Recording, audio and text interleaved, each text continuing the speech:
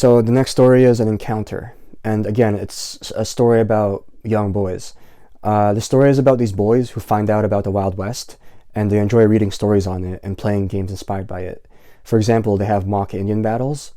The main character, through which we experience the story, is super inspired by these tales and finds the stuff he and his friends read at school to be boring, like in contrast. The adults that surround these boys disapprove of this interest. "What is this rubbish?" he said. "The Apache chief? Is this what you read instead of studying your Roman history? Let me not find any more of this wretched stuff in this college." The narrator and his friends then decide to ditch school with excuses to read more Wild West stories and play, and they succeed in doing that.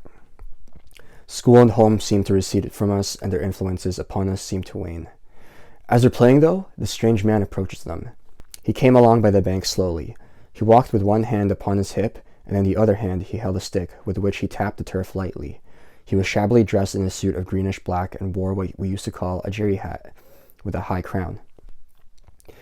You know when you're at the mall, or you're just chilling outdoors in downtown, you're minding your own business, and you get approached by some guy who's a bit loud and like talkative, and he tries to give you he tries to hit you, he tries to like talk to you, or like tries to even like give you a pamphlet related to like religion or something.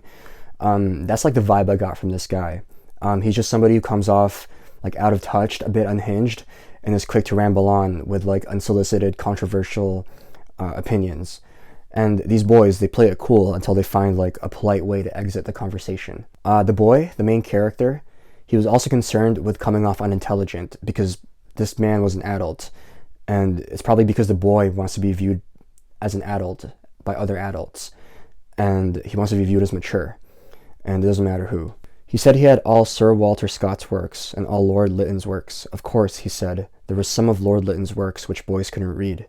Mahoney asked why couldn't boys read them, a question which agitated and pained me because I was afraid that the man would think I was as stupid as Mahoney. And I was penitent, for in my heart I had always despised him a little. And the rest of the story consists of the boys talking shit about the man when he's not in earshot, and the man continuing to talk to them and being strange.